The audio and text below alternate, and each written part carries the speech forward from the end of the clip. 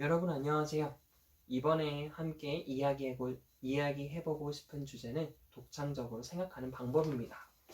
독창적으로 생각하는 방법은 무엇을 뜻하는 것일까요? 자기만의 힘으로 새로운 생각을 떠올리는 방법입니다. 다른 사람의 생각에 더 이상 연연해하지 않고요. 그 방법은 도대체 뭘까요? 이 방법을 생각해 봤을 때 한 가지 예시가 될 수 있는 분이 있습니다. 바로 복거일 작가님이십니다. 저도 사실 이분의 책을 아직 읽지 못했지만 이분의 책을 구하기가 힘들어요. 제가 읽고 싶은 책이 있는데. 제가 읽고 싶은 책이 무엇이냐면 죽은 자들을 위한 변호입니다. 이 책의 내용을 간단히 얘기를 해보면 친일행위를 한 사람들에서 복거일 작가님이 그 책을 통해서 변호하고 나선다고 하십니다. 많은 분들이 친일 행위를 한 사람들은 처벌해야 한다고 생각을 하죠. 그런데 처벌에 대한 반대편에 서시겠다는 거죠. 자, 여기에 대해서는 사실 찬반 의견이 많고 누군가는 분통 터진다고 생각을 하시겠고 어떻게 그런 생각을 할 수 있어? 라고 말씀하실 수 있겠지만 잠깐 그에 대한 논란을 내려놓고 지금 이 독창적으로 생각하는 방법이라는 관점에서 한번 생각을 해봅시다.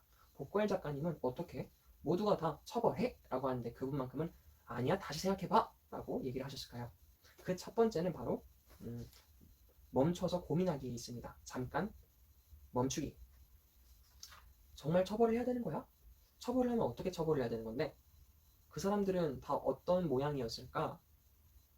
이런 여러 고민들을 의문을 던지면서 잠깐 멈추는 거죠. 다른 사람들이 처벌해 처벌해 라고 해서 무작정 따라가지 않는다는 거죠. 그리고 두 번째로는 자신만의 견해를 쌓았다는 점입니다.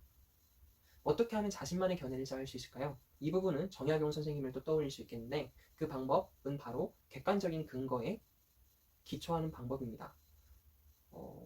누군가는 이럴 수가 있어요. 엄마 설거지는 이렇게 하는 거야. 어떤 연구가가 이렇게 얘기를 했어. 혹은 밤 10시에 빨리 자야 돼. 그런 연구 결과가 있어. 누군가가 어떤 권위 있는 연구자가 이렇게 얘기를 했어. 라고 해서 누군가의 권위를 빌어서 나의 주장을 강화하는 경우가 있지만 정약용 선생님 같은 경우는 철저하게 그런 권위를 결코 존중하지 않았습니다. 대신에 정약용 선생님이 중시했던 건 무엇이었느냐?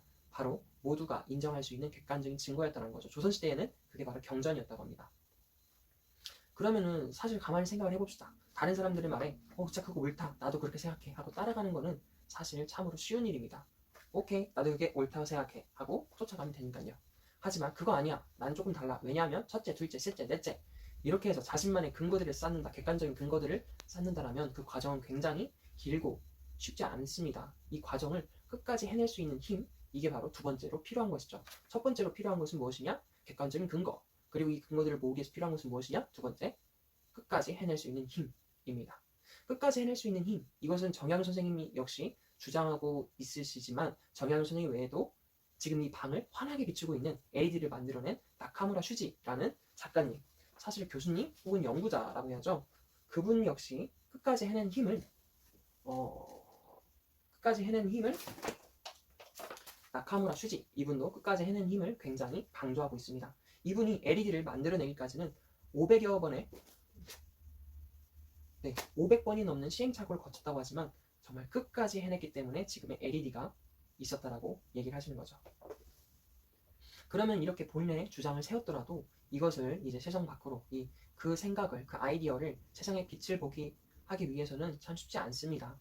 먼저는 분명히 새로운 생각이기 때문에 장애물을 맞닥뜨리게 됩니다. 그래서 그 장애물을 반드시 넘어야 됩니다. 이건 스티브 잡스와 스티브 워즈니악 이 두 사람의 이야기에서도 볼 수 있습니다. 두 사람은 애플을 일궈내고 애플에서 같이 일했던 동료이 뭐 두 사람이죠. 근데 이 두 사람은 아직 애플을 만들기 전에 두 사람이 처음으로 파트너십을 발휘했던 사건이 있는데 바로 블루박스라는 제품을 만들었던 사건이 바로 그 계기가 됩니다. 그런데 그 블루박스를 어떻게 만들었느냐? 당시에 미국의 통신회사가 있었고 그 통신회사에서는 어떤 신호 주파수에 따라서 주파수를 이용해서 신호를 이렇게 주고받으면서 장거리 전화를 이용할 수 있도록 서비스를 제공했다고 해요. 근데 여기서 핵심은 무엇이냐? 그 주파수가 동일하면은 통신회사에서는 본인들의 신호로 착각을 하고 속는다는 점이죠. 그래서 이 점을 잘 이용하면 장거리 전화를 공짜로 이용할 수 있다는 점이 잡지에 나오게 되었고, 그 잡지를 발견한 스티브 잡스와 워즈니악은 그 기계를 만들기 위해서 시도하고 장애물이 있었지만 처음부터 바로 쉽게 만들어지진 않았지만 만들어냈다는 점이죠. 이렇게 장애물을 극복을 해야겠고요. 두 번째로는 장애물을 극복해서 새로운 아이디어를 꺼냈을 때 어떤 사람들은 좋아할 수가 있지만 마치 애플의 아이폰처럼요. 하지만 정약용 선생님 같은 경우는 당시 학계에 본인만의 견해를 주장하셨을 때 송학이든 한학이든 어떤 유학자도 어떤 학자들도 정약용 선생님의 그 견해에 대해서는 비판이 쏟아졌다고 합니다. 즉 그럼에도 불구하고 정약용 선생님은 결코 흔들리지 않았다고 합니다. 그렇기 때문에 그 견해가 더욱더 견고하고 발전할 수 있었다는 걸 알 수가 있죠. 즉 이렇게 비난도 감수해야 한다는 점. 이렇게 첫 번째로는 일단 멈춰서 다시 생각하기. 두 번째로는 나만의 생각을 세우기. 어떻게 세우냐? 객관적인 근거를 기초로 해서. 그리고 끝까지 매달리고 매달려서. 자, 이렇게 세운 견해는 이제 행동으로 옮겨야 되는데 행동으로 옮길 때 장애물을 역시 극복해야 되겠고 비난도 감수할 수 있을 때 독창적으로 생각을 해볼 수 있겠다라고 생각을 해볼 수 있겠습니다. 더 자세히는 저의 글을 읽어봐 주시고요.